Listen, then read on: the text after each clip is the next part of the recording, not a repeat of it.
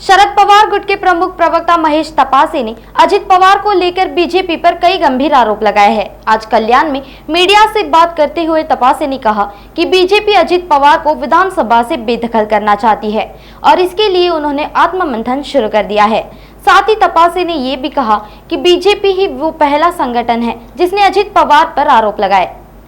अजित पवारांना सरकारमध्ये समाविष्ट करून घेणे ही भारतीय जनता पार्टीची चूक होती असा दावा केला आहे भारतीय जनता पार्टीच्या मातृसंस्थेने म्हणजेच आरएसएसने। आता अजित पवारांवर सर्वात पहिले आरोप करणारी संस्था कुठली, पक्ष कुठला, तर तो भारतीय जनता पार्टी।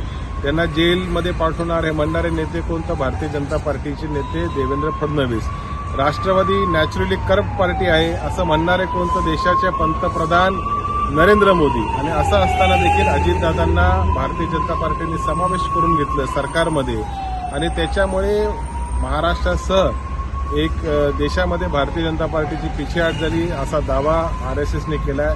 आता याचा अर्थ स्पष्ट आहे की येणाऱ्या विधानसभेमध्ये भारतीय जनता पार्टी कदाचित अजित पवारांना सरकारमधून बाहेर टाकेल, बेदखल करेल आणि त्यांच्यासोबत आघाडी करायची काय नाही ह्याच्यावर मला वाटतं भारतीय जनता पार्टीमध्ये आता आत्मचिंतन सुरू झालं असेल।